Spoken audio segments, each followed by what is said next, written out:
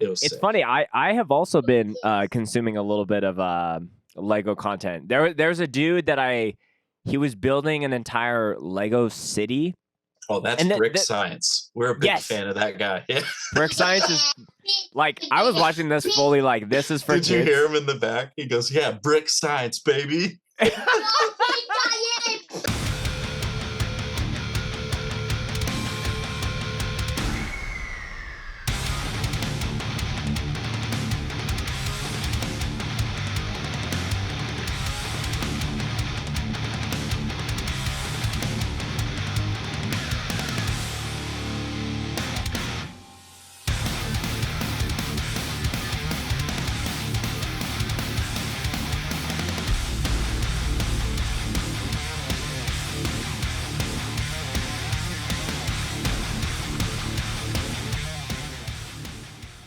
What is up, my friends? Thanks again for tuning in. This is the Scoped Exposure Podcast.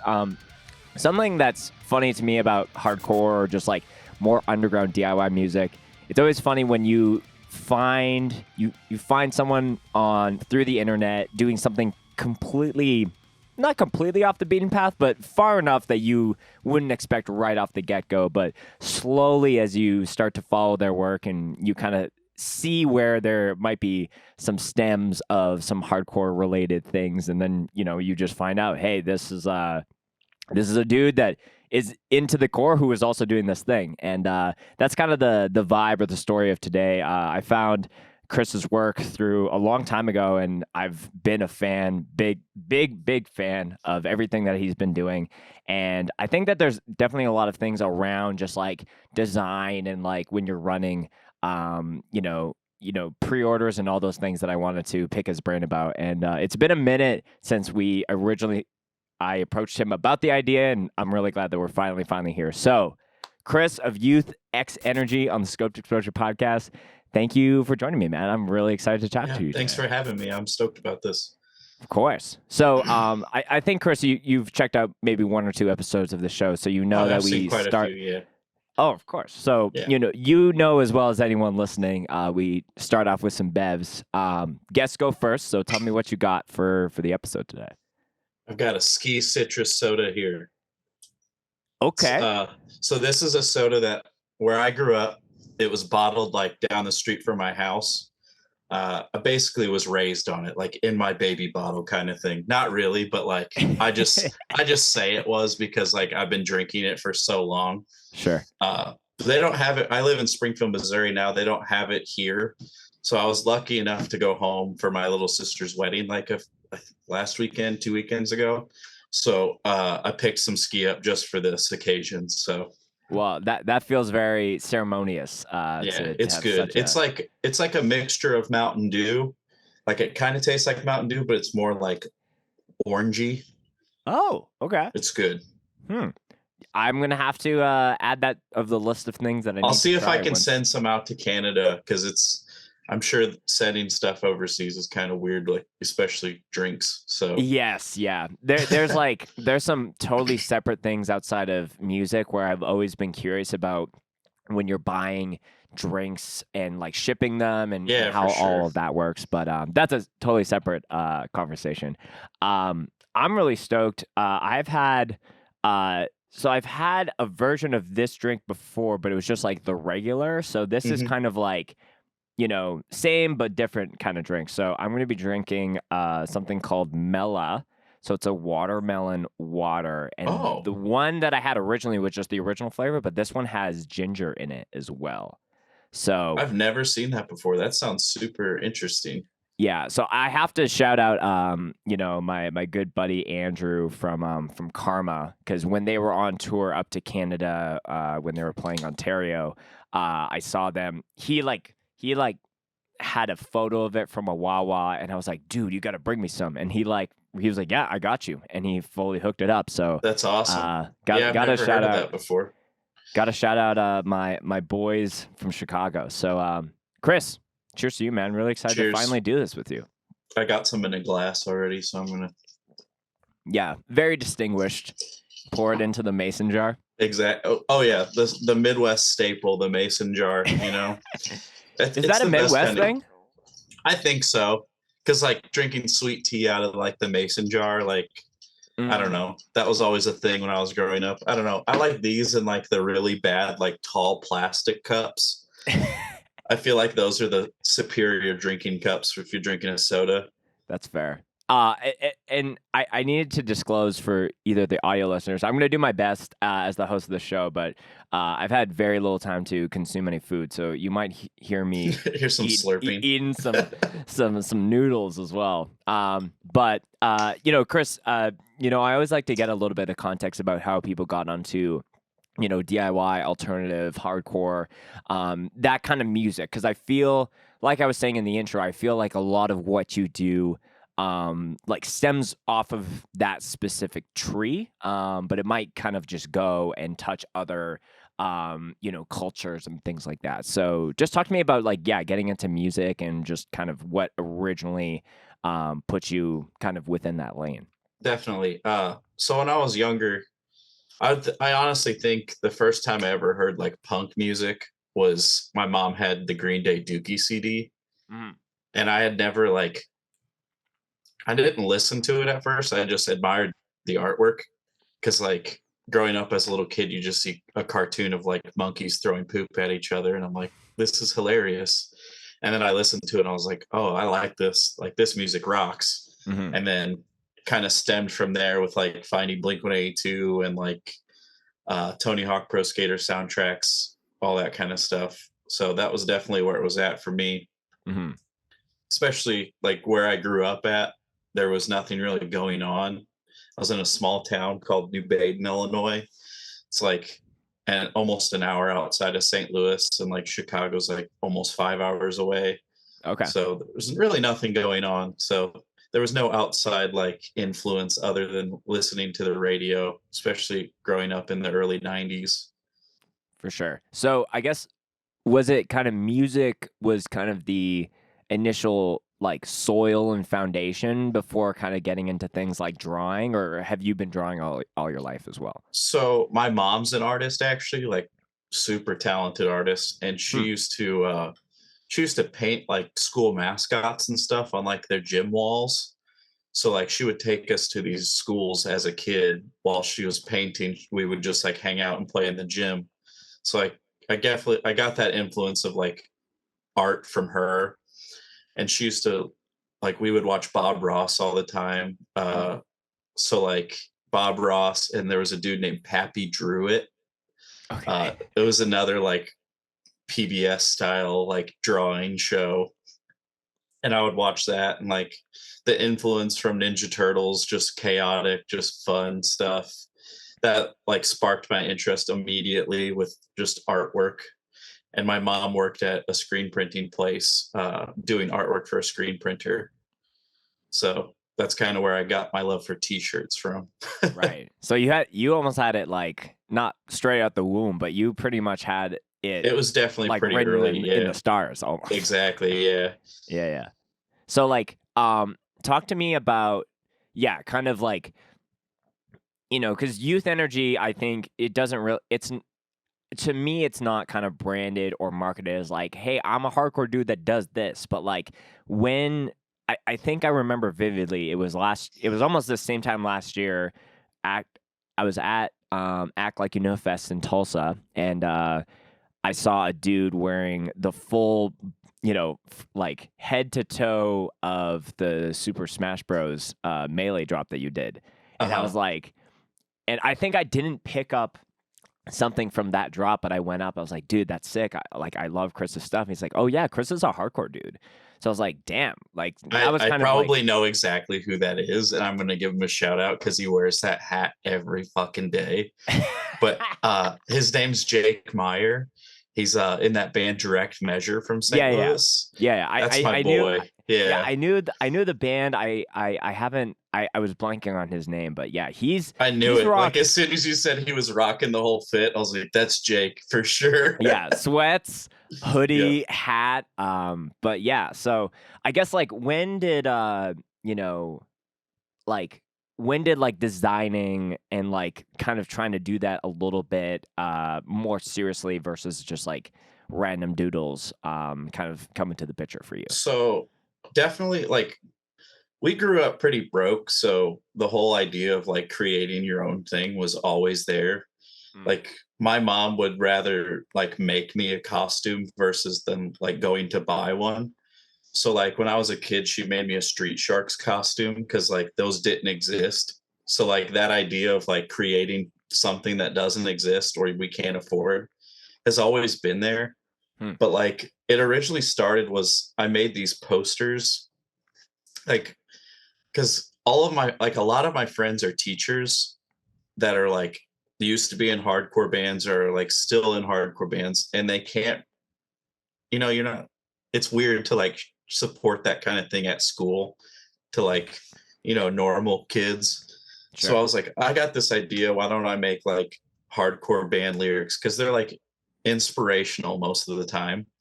I was like, I'll make them look like, Target posters or something.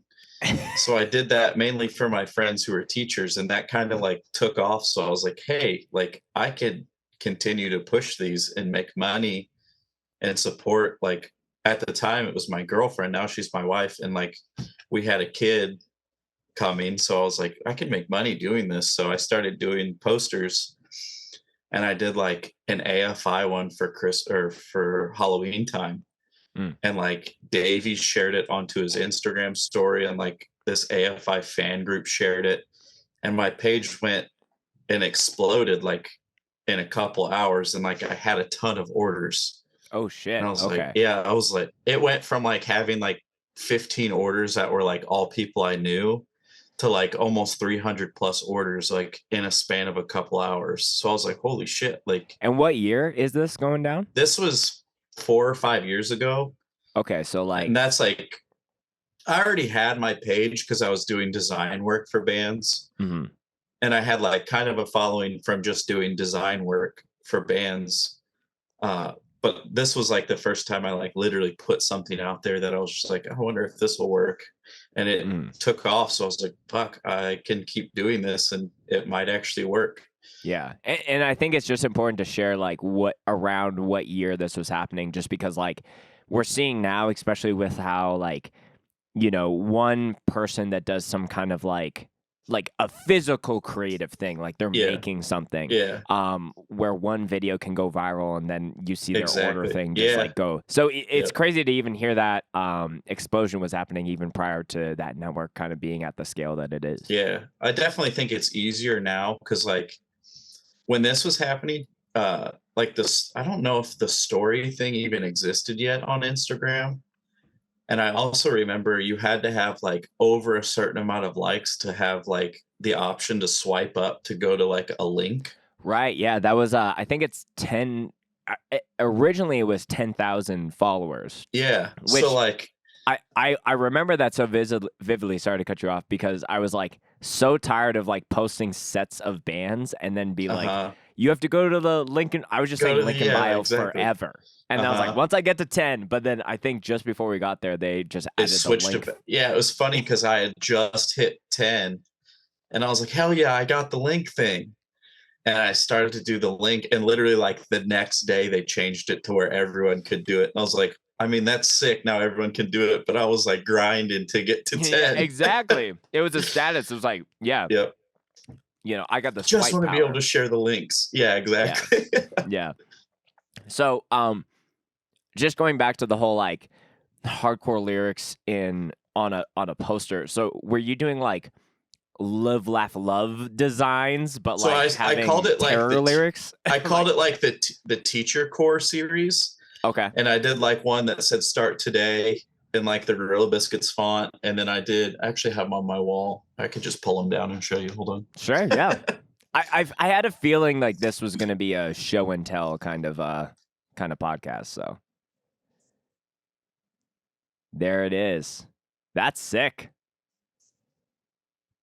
If that doesn't inspire a 7-year-old, I don't know what will.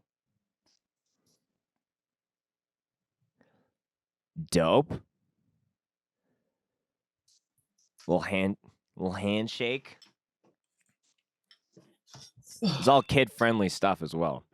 But yeah, it was like inspirational stuff like Youth of Today, Gorilla Biscuits, Have Heart. but it was all like super corny clip art, like not corny, but like the aesthetic that looks Yeah, like a level inspirational one post. Yeah, imagery. exactly, Yeah, yeah, exactly. yeah, yeah. So yeah, so were you in the midst of all this kind of like you were saying before this kind of AFI explosion? Were you the guy that every band within the local scene was like hitting up for shirt designs and like show posters? Because I know that you do a little bit of that hmm to like even When I was today. living in St. Louis, I was doing a lot of the flyers until like I said, when once my wife got pregnant and we were like needing to do I needed to grind on like business stuff and not just band stuff, because like I love doing work for bands, but it can't pay your bills like doing stuff for like a tattoo shop or something For like sure, that. for sure. Yeah, yeah. Yeah. So, But so yeah, sorry, cut you off. Keep going. but yeah, like I was doing a lot of t-shirt designs and flyers and record layouts and stuff like that. And at that time I was still doing Dog Years Records with my buddy Dylan. So like we were putting out like local-ish bands and our friends' bands and stuff like that. Hmm. So, I guess in the midst of all this, like, I think an obvious question is like, have you played in past projects? Like, have you dabbled in that, or have you kind of been Yeah, more I a was in behind the scenes two guy? bands. So like the first one was called Big Mouth, and like we toured a bit with that band Focus Minds from Milwaukee. Oh, okay. But that was like 2010-ish, so that was Hmm. quite some time ago. I did vocals in that band, and then after that, I was in a band called Freak Out from St. Louis, and we played. I think we played for like 2 years, and then our bass player, he was in the military, so he had to go overseas for something. And then right when he went overseas, that's whenever I found out that I was going to be a dad. So I was like, yeah, I don't have time for this anymore. Right. So that was when I like my mindset turned into the grind set.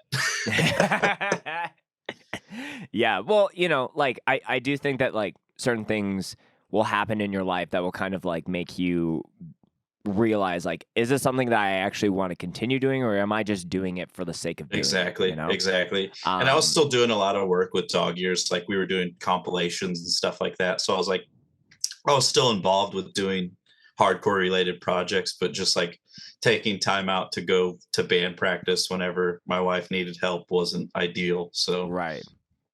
So I guess like in the midst of like kind of this life changing event where you're becoming a dad, and then you have this kind of um, like epiphany moment, like wow, okay, there's like people that really like when I can combine my design style as well as like taking inspiration from like a yeah. lyric or a band. When was it like, okay, I need to like really like you know, put some work into this and like really grind it out? Because So I think like only recently you told me that you kind of went full time doing this.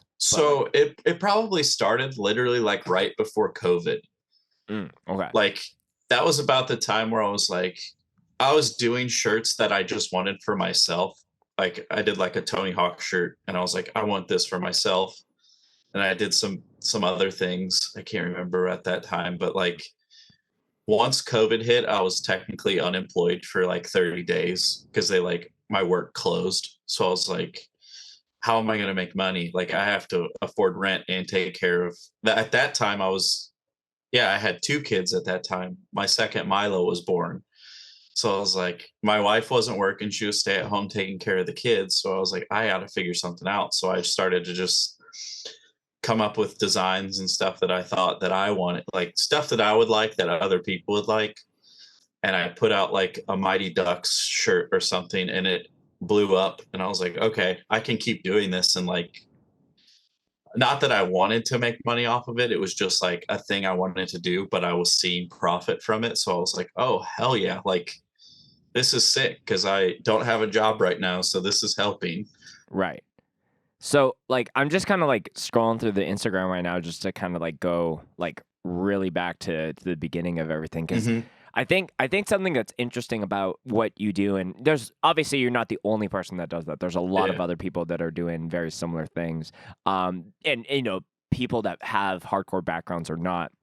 But I think the interesting thing for me is that there's at least a through line of connecting different. You're not like going into one like kind of niche and then jumping into like some very obscure anime that no one has ever seen before. Yeah, I So is like that try to. intentional? Of Yeah, trying to kind it's of mainly like I do what I want to do versus like what people ask me to do.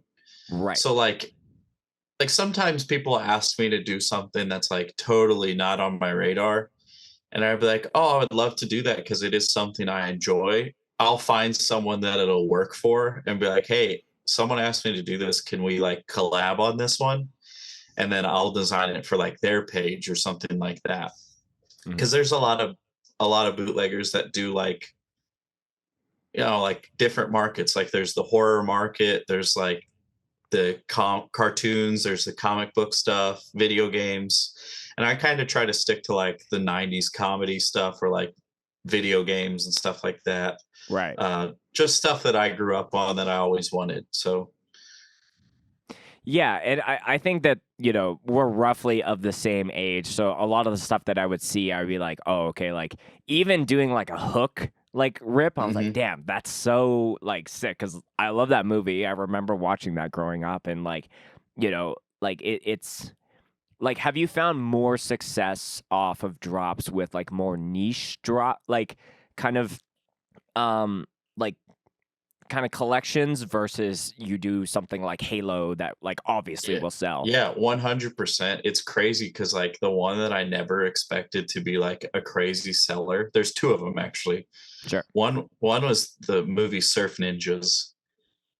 Was Okay. just like a 90s like that was one of those I don't even know if it went to theaters or not because I just remember renting it on VHS as a kid because it had Ernie Reyes Jr. in it who was in Ninja Turtles. So I was like, "Oh, this rocks." Hmm. So I was all about that. And then Twister. Like Twister was like one of my top selling designs, which is crazy to me because I mean, I did that one with restricted and Nolan's like even him was like, I didn't understand why people wanted it so bad, but it worked. Yeah. And yeah, it's cool to see when like, the things that you don't expect to like really hit just like Hmm. go cuz again, it's like there's such power in being able to play in like a specific niche cuz like literally Exactly. people are like, "Oh, like, a Halo drop comes out." You're like, "Oh, like there's, like do you think maybe the success is like off of people that are maybe trying to like find like a vintage Halo shirt versus getting a Halo bootleg versus a bootleg of something that like there might not even be actual real deal merchandise for. 100%. Because like the influx of like vintage resellers just like selling a scrap t-shirt for like $600, that's like a huge reason that you see the rise in bootleg right now. Like you see all of these vintage t-shirts being recreated, which I'm indifferent on recreated stuff because you're not really putting your own art spin on it. uh that's whatever, but it's still like there's a market for it because people don't want to spend $300 $500 on something that could possibly rip or has stains on it. Right. Yeah. And like, so, like a lot of the times you know, it's a nice thought to be like, oh, like I would like to own a like a real deal vintage like Halo merchandise from one of the past games, but like every time I wear like something from my Blood Gulch drop, it's like I always get comments about it, and they're like, Yeah. "Where did you get that?" So like I think that it's like an elevated type of apparel when you can have like really good design aspects behind it versus someone Yeah, who's just taking a logo, maybe manipulating one thing and then, exactly. The setting whole it out. point is to take something that like exists and put your spin on it and like make it modern but also keep it classic looking. Right.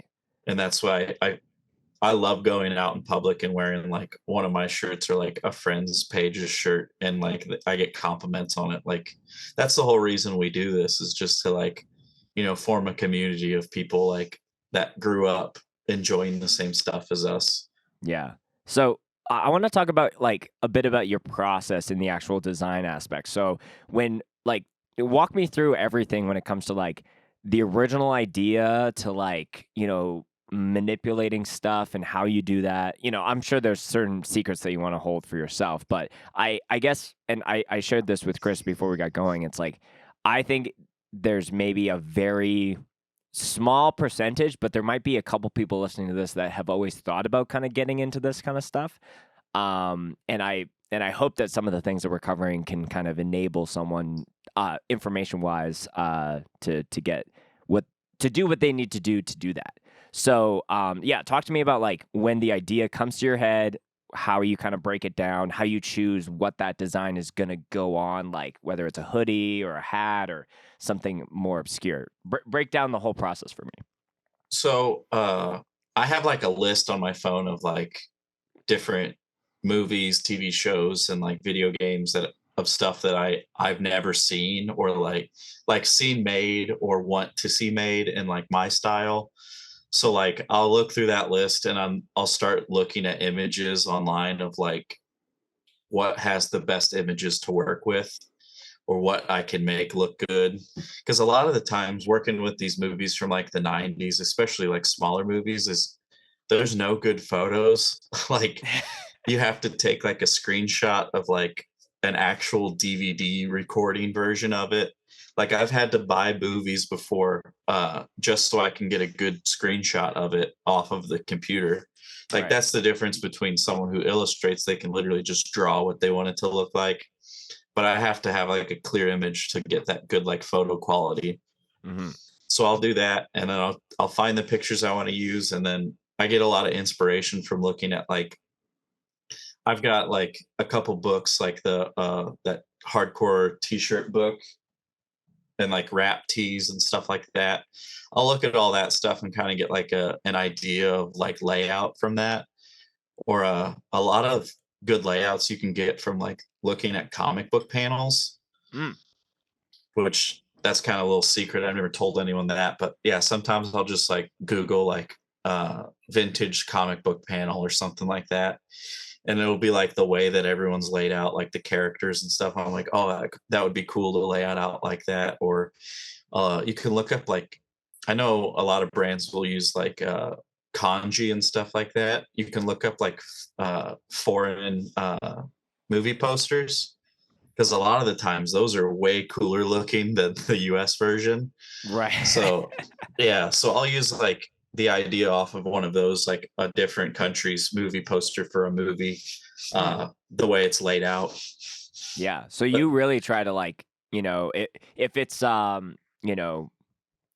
let's say you're doing like a flubber drop. You're trying to like, okay, let's look at the American stuff, but like let's go beyond and see, yeah, what, when it comes to the marketing aspects of that. And, again, this is all off of like taking inspiration from that and then like also taking inspiration from other things and kind of like melding them into a new thing. exactly. Yeah. And like same thing with like skateboarding ads and stuff from the 90s. There's tons of influence from that. Like growing up looking at like World Industry and Blind and Birdhouse and Powell and all that stuff. Mm. All of those advertisements have like loads of cool design elements.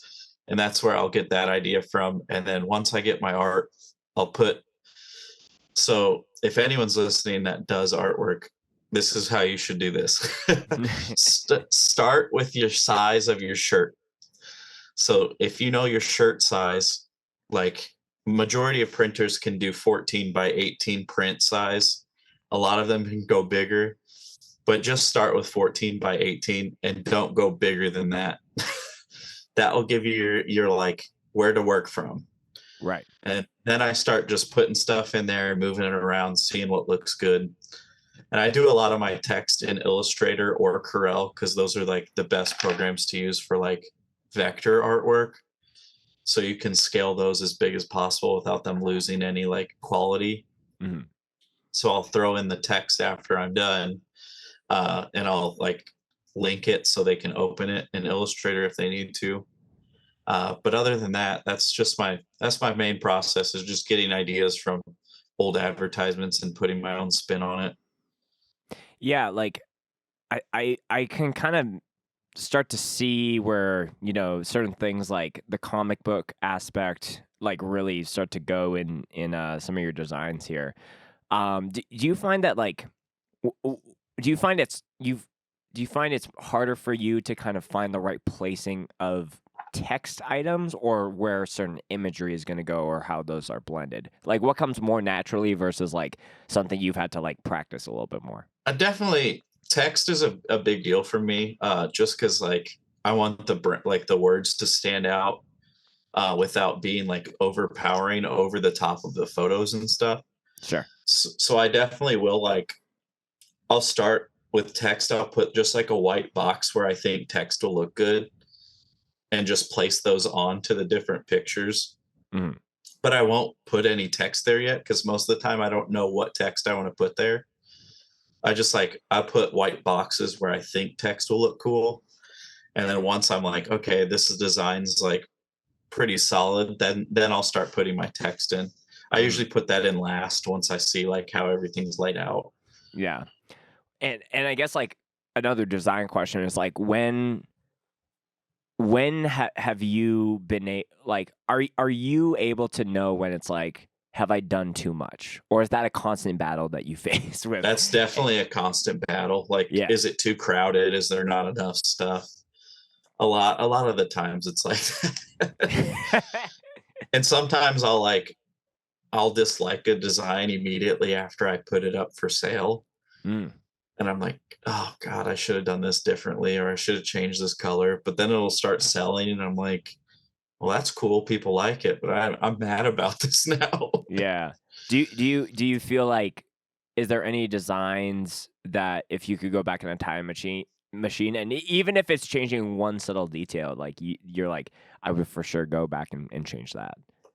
I've been reworking a lot of old designs. I won't say I'll go back in time to change it, because a lot of it is a learning process.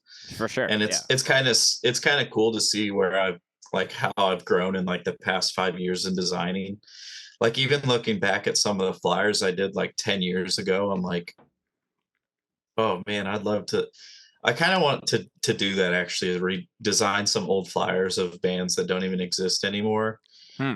Like, because there were so many cool shows that I did flyers for back in the day before bands blew up.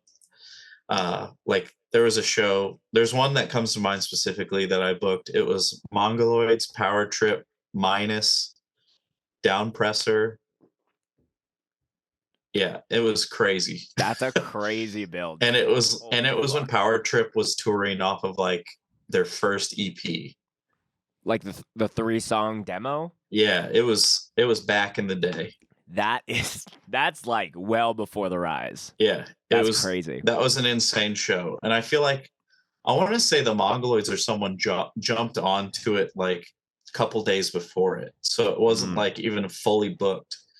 I just like threw them on it, and I was like, I saw the flyer recently. I was like, I would love to redo that, honestly. Yeah. But like I said, everything's a learning process, and like if I feel like I need to redo an old design to like resell a shirt, I'll redo it and make it like the revamp, change colors and stuff like that. Yeah. So like I obviously a lot of the stuff that you do like finds on some kind of garment, like a long sleeve, a hoodie, a shirt. But it is cool to see when you do different drops. Like you've done posters, you've done wall banners, you've done Mhm. like a bunch of random stuff. So I'm curious on like what is like what was something that you underestimated as far as how easy it was to transfer, I guess, what you were designing onto a physical thing? That's a damn good question. Let's see. Trying to think of something I did that was pretty crazy. Oh, I did a stress puck. This was pretty cool. Yeah, that was for The Mighty Ducks one. right. It Yeah, was yeah, like yeah. I had to take a screenshot of like the Junior Goodwill Games like puck that was in the movie, and you only see it for a little bit because it's like flipping, it's spinning, because it's like thrown into the air during one of the scenes on D2. That was pretty cool, and like I keep it by my desk because it's literally a squish ball. So Right. that one was pretty neat. Skateboards were cool. That was really easy because like all I had to do was send the artwork to someone and they just printed them for me. Hmm. They took a little bit, but they came out sweet. I haven't done anything like super crazy yet. I got a bunch of stuff that I'm planning on next year to drop that definitely taking it up a little bit. Right. Um, so, you kind of mentioned like as far as like when you're, when you're collaborating with people and you have to wait for stuff, obviously like a huge aspect of this whole, I guess, you know, putting up a design and then, running a pre-order and then running production. Um, Even though we live in a world where people understand that some things take time, I think people sometimes don't understand that things just don't take Amazon quickness. Yeah, it's definitely gotten worse with the influx of new people, which isn't a big deal because like I get it, I understand. I want my stuff quickly too. Uh, but like in the past, it was majority of my friends ordering, or like people who kind of had an idea that it would take a while. Right. So, but with new people, they don't get it. On my site, I have like a checkbox before you order, and it's like I need you to understand that this is a pre-order. It will take some time. Like if you need to email me, just Don't. email me. Like don't DM me, don't comment, just DM me and I'll look into your order. But I have like a part that like specifically lists like when things are shipping, and it changes every now and then, but like it should be good now. Yeah. Yeah. It's a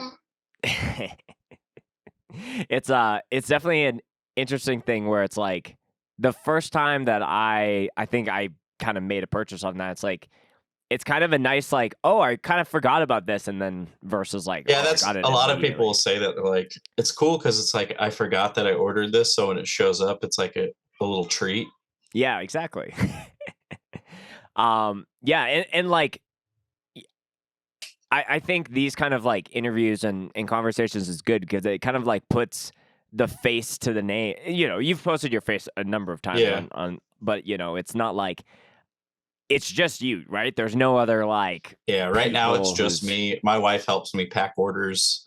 And like I have a print shop that prints my stuff. In right. January, they're going to start fulfilling all my orders for me.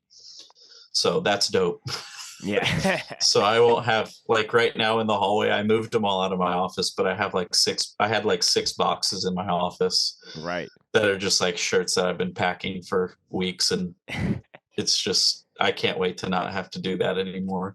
Yeah. Like, what would be like, if money wasn't an issue, and like, what would be the perfect setup for you when it comes to production, and then like, just having, like, it seems like your creative design space is like, in your office, but like, what would be if money wasn't an issue? What would be like the dream situation when it comes to youth energy? I'd love to have like my own shop. It'd be cool to have my own shop and just have like people printing for me 24/7. Mhm. So I don't have to worry about like long wait times or anything like that. I could just like they just focus on my stuff. Like that would be dope. But right now I'm good. I'm chilling. I like where it's gonna like I don't want to be to the point where I'm so big that I can't connect with my customers still. For sure. Because Yeah. like I love the fact that I can like talk to people in DMs or talk to people in comments or hold like a little Q&A thing and be able to connect with people, because that's the main reason I did this, was to have like-minded individuals want to talk about movies and other things. Right. Has there been any like, specific DMs or things that um people have like messaged you like I never thought someone would make a shirt or like a design off of like this specific movie or show? Like has there been anything that kind of like, because I find it all the time with Scoped, like there's certain things that just like catch me out of nowhere that like kind of puts the wind in my sails to like keep doing Yeah, what I'm doing. there's But definitely a lot of people message me. It was honestly when we did the Spider-Man, like the Toby Maguire, Sam Raimi Spider-Man, yeah. people were like, I never thought I'd see a shirt for this other than like the promotional items. And Right. I was Yeah. like, and that was pretty I got cool. the flag for that in this closet here. Fuck yeah. What's up, buddy? I have a really good idea. Tell me your idea, You buddy. made a really old picture of good entity to put it on my mailbox. Okay, I can do that. He wants me to make a really small logo to put on his Matchbox card. I'm glad that you could translate that because I was trying to follow, but that's a like do you do stuff like that for your kids as well? Like just random little He's got a design couple. one-offs? He's got some shirts. He's got a Spider-Man shirt and like a Scooby-Doo shirt, and then they all love the flags. They like to put the flags in their room. He's got one of the Jurassic Park flags up above his bed right now. Yeah. You already know about the Spider-Man Lego set. He got a Spider-Man Lego set for his birthday, and he's really excited about it. He's big. I got him a little minifig of Venom and Carnage. Oh, They're like fun. they're really expensive to buy like the original ones, but I found like someone who makes bootleg Legos. Whoa. So they're like I'm bootleg learning minifigs. things. Yeah, there's bootleg minifigs on eBay.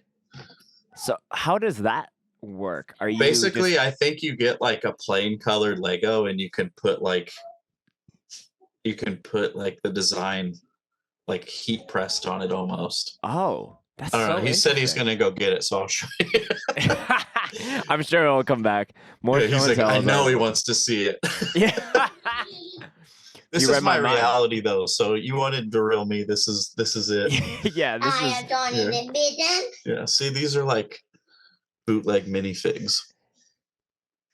dude, And like Johnny I think tits. it's just as cool as getting the real deal stuff. That's Yeah, so and sick. some of these are actually even better quality than like the ones that Lego actually makes. I made a Right. nail tit of that. Yep. Okay, go play, buddy. Oh, truth be told. So I guess like anything, whatever.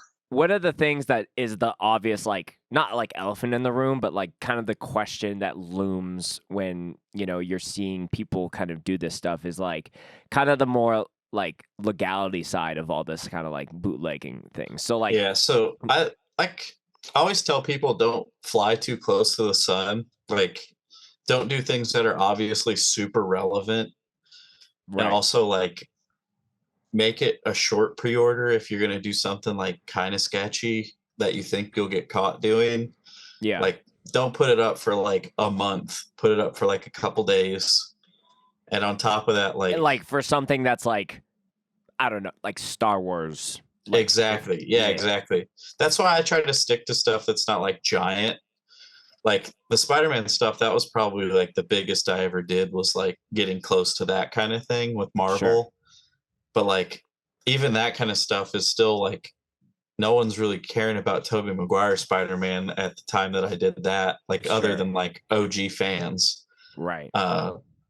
But I always say that, and then on top of that, Yeah, Spider-Ham. Spider-Ham, yeah. Mhm. Spider-Ham. Spider-Ham. Go sit Where are you? Spider-Ham. Spider-Ham. Where are you? You're gonna be the star of this podcast, buddy. Go Yeah. sit down. I also say don't ever pay to promote stuff. I always tell Oh, okay. people So that- no, 'cause, so like no I'll see sponsored sponsored posts. ads and all that stuff. Yeah, stay away from the sponsored posts. Don't use hashtags, stuff like that. Just use the word of mouth. There's enough of like a community of us that like we can share your stuff and you can get your word out there. Yeah. So it's very important when for anyone doing this to like try to keep it as organic as possible. Exactly. Yeah, that's interesting. That's what I always tell people. Word of mouth helps a lot more than paying and trying to be like secretive. But Sure. being secretive works better, is what I mean. Not like don't pay, don't tag stuff, don't tag the actors, nothing like that. Like, Yeah. I see that all the time where people are like, "Yo, you should order this," and I'm like, "Whoa." Yeah. Be careful, yeah, like buddy. please don't send Tobey Maguire the recent Exactly. Spider-Man 2 shirt of him. And just, like, also, this is another thing, don't steal from other artists. Like, could you it's elaborate on that a little bit? Yeah. So it's one thing to take these images from like movies and like IPs that you don't own, but it's another thing to take someone else's fan art. And put it Oh, on I a see what shirt. you're saying. Yeah. Yeah, like I've seen it to where people have taken fan art and put it on a shirt thinking that it was like like do your research. Definitely don't just like, oh, that's a cool shirt or a cool picture, I'm going to put it on this shirt. Figure out where that picture came from. Don't just put a random Google image on a shirt. Right. Yeah, is there a bit of a it's not like a quality check, but is there kind of like a peer-to-peer kind of check-in with shit like that? Or is it kind of like you'll only see that for someone who's just trying to make a quick buck versus trying to make transformative art? It's definitely like a quick buck kind of thing. You'll see it happen more. Like it has happened to people who are like legitimately creative people, like they didn't know. But like most of the time, I'll straight up say it, if the image isn't coming directly from the movie or like an actual movie poster, like you need to know that it's not like it's fan art 100%. Right. I guess like I think it's really interesting to kind of learn these stuff of like you can do this without like kind of, you know, trying to kind of be under the radar, but like if you could hand off one of your pieces of merchandise, anything that's current to past, to like a specific person who is in that movie or in that show, or like was like an original art director for that like entity, like is there anything that you're like, I would love so and so to be repping one of my things because of? So it just happened over the weekend, actually. Do tell. So there's this skateboarder named Christopher Gregson. He works for Thrasher. He does like filming for him. He has one of my Tony Hawk hoodies. And he's kind of been like almost like Pokemon, like gathering the skaters that are on the back of the shirt. Like he got a picture with Kareem Campbell, like holding it up next to him. He got one with Jeff Raleigh. And then he just got another one with Jamie Thomas over the weekend. And then there's the same photo is Tony Hawk's in a different photo with his son Riley Hawk. And then the dude's wearing the hoodie. Not right now, buddy. TV on YouTube. Oh, that is cute. He wants to see this cute picture of our cat. Can you see that? Kind of. He's a photographer. Him or me? He is. Oh, yeah. I mean, you are too, but technically. He's a photographer too, a videographer. Do you want to eat? Like Johnny Lotto did. Like, That's great. This is how my design process usually goes too. Right. Hey, can I show you this? I Yeah. have an idea. Go play your game, buddy. Aw. You're just cooking up with the ideas all the time. Picture of Tony Hawk, like next to Tony Hawk wearing it, and it's just Tony Hawk's not wearing it, but he is. But he's straight up messaged me and be like, yo, Tony knows these exist. He thinks they're sick. He just doesn't like stuff with his name on it. That's a big W. Yeah, I was like, I'd love to get him one. He was like, honestly, he's like, he probably will never wear it. Is the light bulb? Be careful, buddy. No worries, it's really hot, but I'm okay. Is what he just said. Go put it up, bud. But yeah, do you know this song? So this is the best. Teenage Bottle Rocket has a song called "They Call Me Steve," and it's like a Minecraft song. No. And he loves it. He loves that song? He loves Minecraft. So yeah, he's rocking the Minecraft shirt. I had to take a guess at that. Yeah, he loves Minecraft. Yeah. So, man, that's the fact that Tony Hawk is unofficially co-signing anything that you've done with his name on it is fucking sick, dude. I'm working on like this compilation. I guess I could announce this here. I haven't announced this anywhere other than my story once. It's a Tony Hawk compilation where bands are covering Tony Hawk songs, and I've got some sick ones already. I'm not going to tell you the lineup yet. I'll text it to you. I'll message it to you. Can you? Oh, okay. Well, two things we could do. You could either say it and we can bleep it so you can get my reaction to it. Oh, okay. Or you can just text it to me. I'll text it to you just because some bands have confirmed but haven't sent me the songs yet. Right. And some have. So I guess I could tell you the ones that I've sent stuff and it's already been confirmed. Yeah, you could give us a couple. Okay, so has already sent one. Mm-hmm. They're covering No Cigar by Colin, and it's Very cool. Okay. fantastic. The other band is this band called Okay. they're covering Body Jar. It's members of and Right. and then who else? The band they're covering CKY. Dude, I was like, someone's got to cover that CKY song. And then there's this dude named he does like it's like a ska power or like what is that called? Pop. It's like a kind of like 100 gex. What's that stuff called? Hyper pop. Okay. Yeah. So it's like ska hyper pop. He's doing a Zebrahead cover. It's awesome.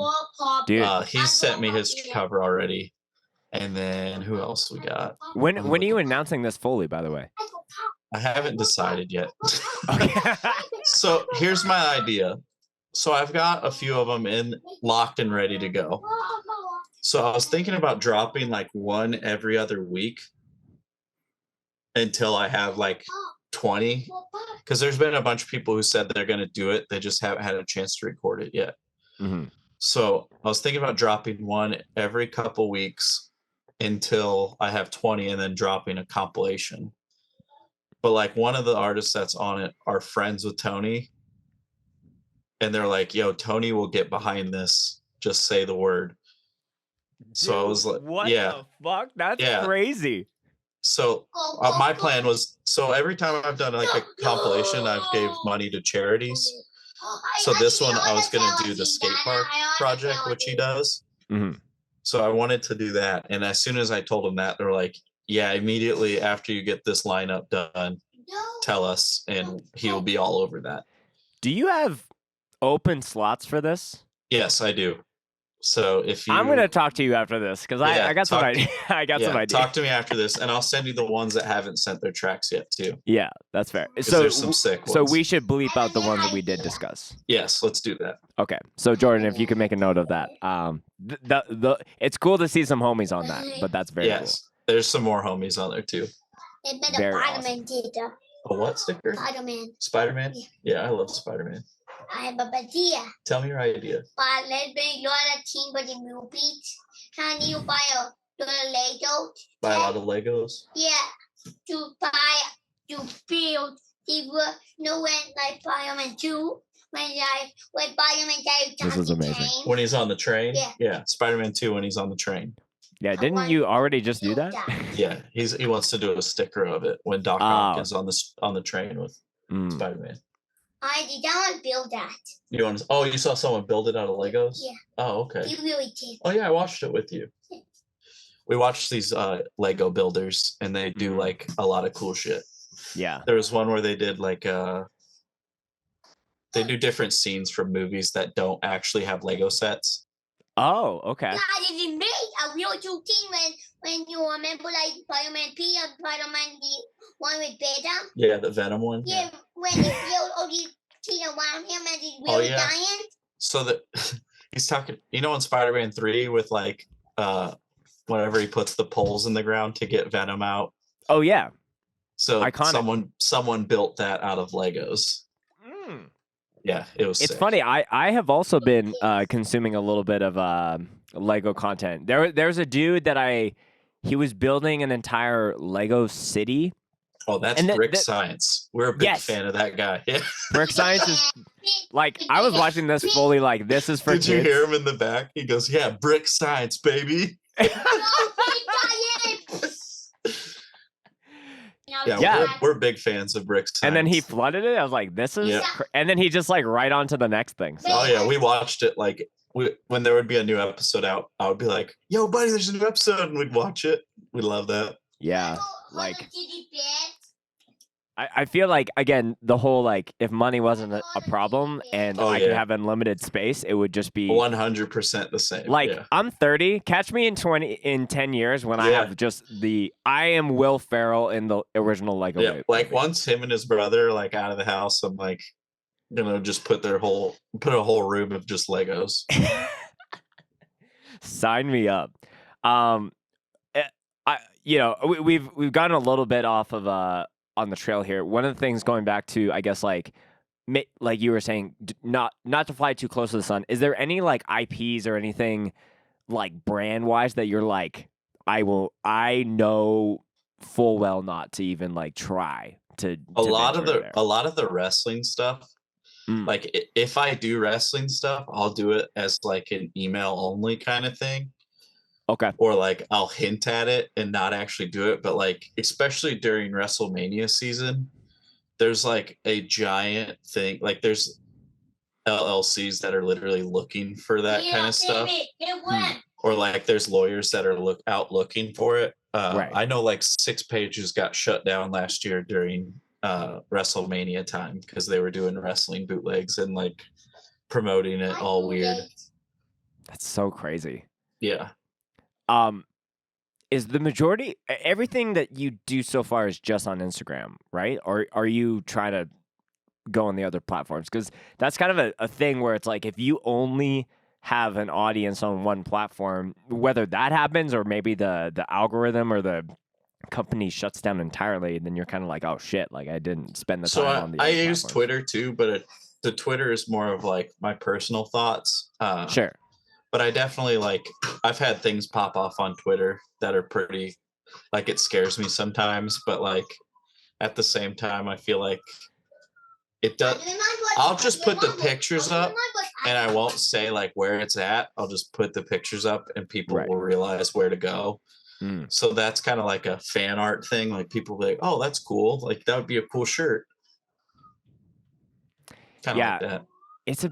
It's a bit of a tricky situation when something pops. It's both exciting and like a little nervous at the same time. 100%, yeah.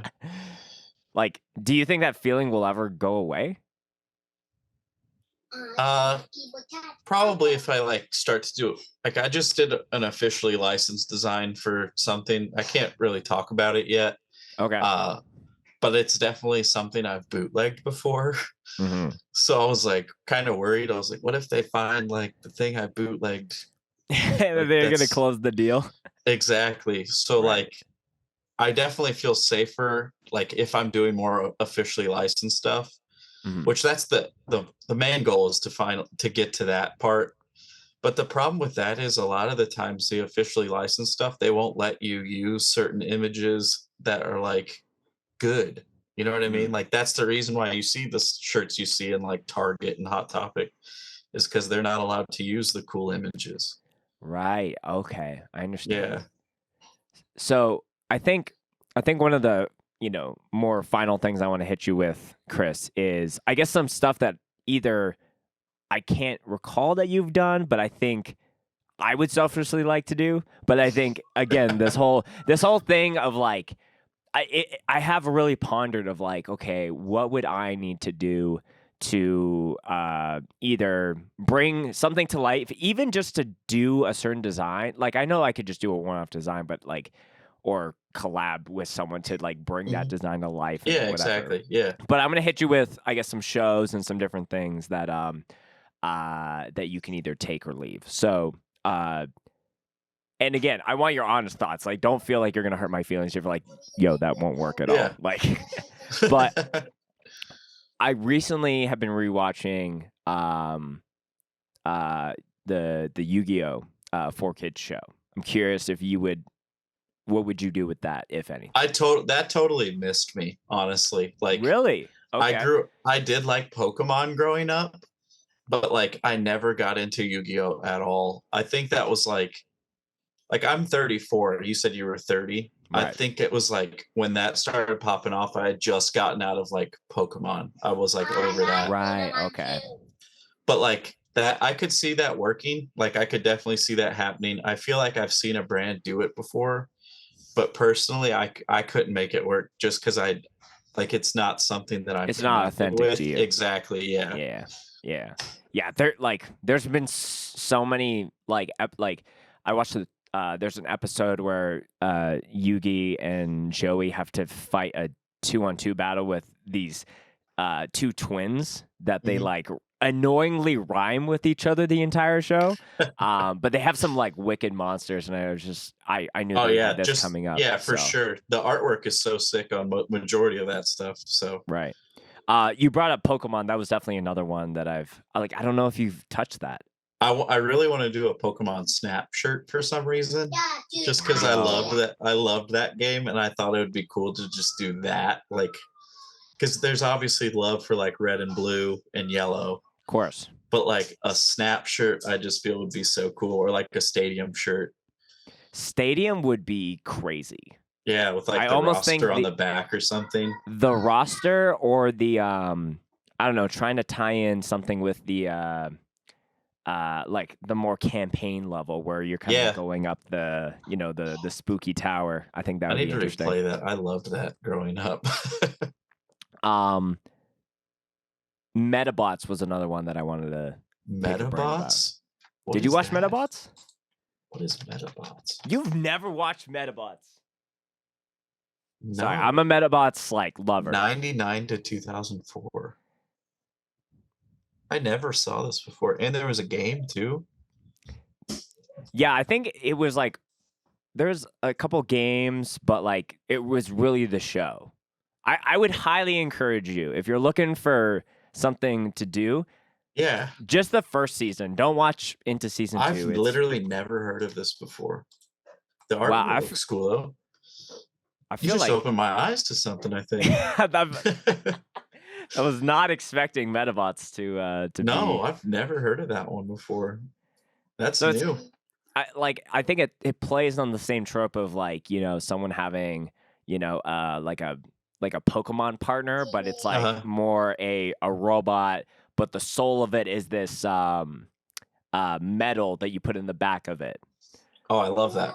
Yeah. So please, I feel watch, like a bunch watch of shows, the show like just on its own. I feel like I a bunch know of shows back then just ripped each other off, just like similar. That's the same thing with like when Ninja Turtles came out. There was then Street Sharks and like Biker Mice from Mars and stuff like that. Like that was the thing.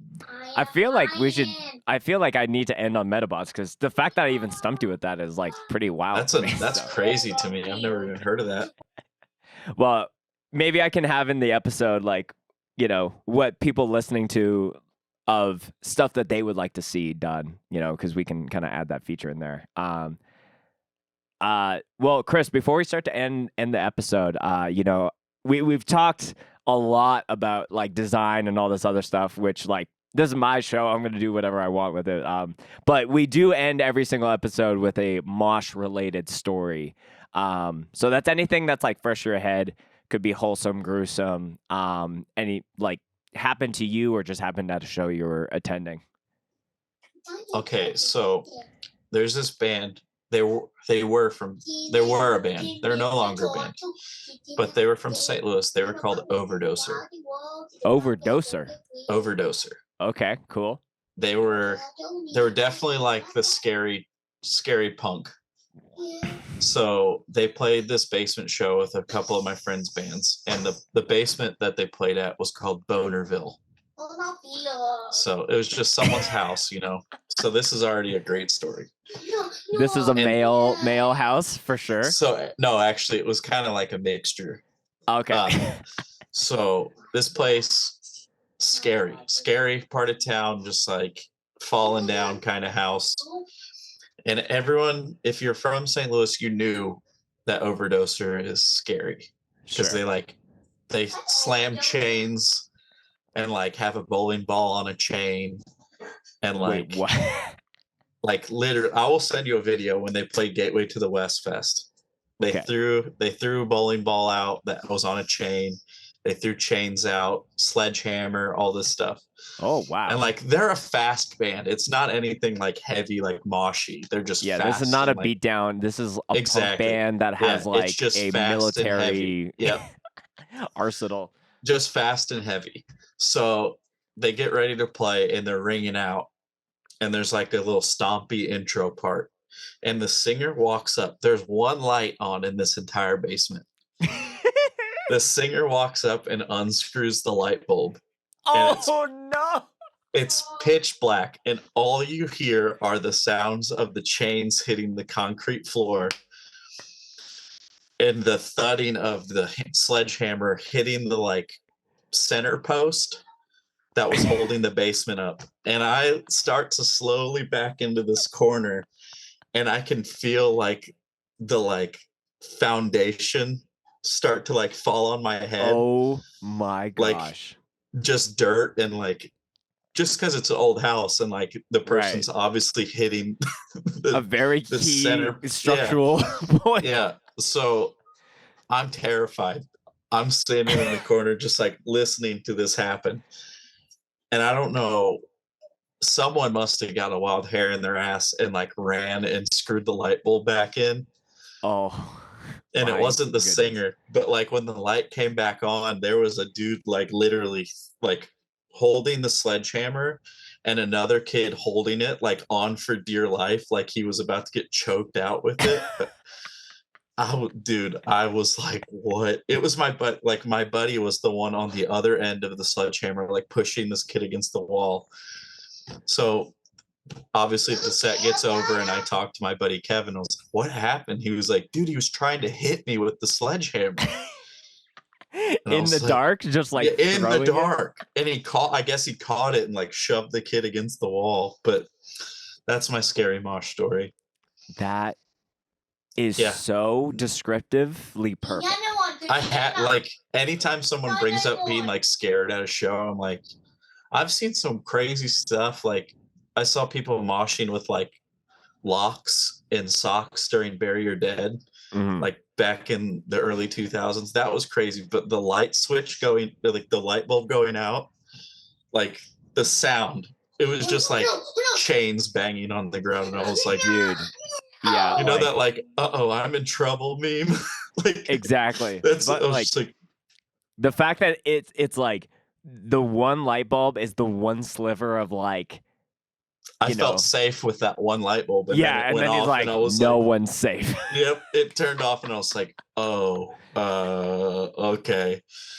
And all the dudes in the band are so nice, but like when they're playing, you are legitimately scared for your life. Yeah, alter ego mode. Exactly. Wow. So I haven't heard that good of a story on the show in a long time, and this is a little subtle teaser, but you know, for people that avidly follow the show, we just had on an artist, a graphic artist from California named Hunter. He's working on a comic kind of book right now, and we've talked about doing a collaborative project where we take like some of the top mosh stories that were told on season 3 of the show and kind of like illustrate them into like a little zine. A little cartoon. And that's a high contender, dude. Dude, like, it was. I could I'll see. send you the video of them playing Gateway, and you'll understand. Like, it was pretty scary. Yeah. Like, I didn't go to shows that like. I'll admit that was like the place you went for like strictly like punk hardcore shows. Of course. Like the underground style stuff. Like that was like the chain punks. Like that's where you'd go. And so I went because like a friend's band was playing their first show. Hi. But yeah, I went to a few other shows there, but that one was terrifying. Yeah. Well. What, buddy? That you ever made anyone know how to build people? Know how to build what? Legos? Yeah. Do I know anyone that can build Legos? I do build Legos. Me want you made Legos. No, I don't, buddy. I'll talk to you in a second. We're almost done, okay? Yeah. I've loved this. This is what it's like. Third Everyone co-host guest of this show. This is Arden. This is my oldest. So yeah. He turned 6 on Friday, so he's living life right now. Well, yeah, shout out. He'll be 6 by the time this episode comes out. So perfect. Shout out to Arden. So Chris, again, I really appreciate your time and sharing a lot of your insights and knowledge about the whole aspect. He said you're invited to his birthday. Oh, I will do my best to be here. All the the links to private jet. everything will be in the Maybe I'll description private and in the jet. show notes. Anything a you want to private shout jet. out? Anything you want to send the people off on, or anything you want to plug? Listen to Springfield, Missouri bands. Shout out Primitive Rage, Security Footage, Marty Aloka, Springfield, Illinois too. Any band from there, they rock too. Prevention, Subversion. There's a ton of good bands out there. I used to live in Springfield, Illinois, so I have a little heart there too. St. Louis bands, Direct Measure, Squint, Blistered Spirit, ton of bands from there. Love all my homies. Very sick. Yeah, so highly recommend, if you're a huge ass nerd, definitely go check out Chris's shit. Every single thing that he does, I haven't gotten every single thing that you've dropped, but every single thing I've been like, damn, that has some heat, and that's all very that's all I care about, as long as you can admire it.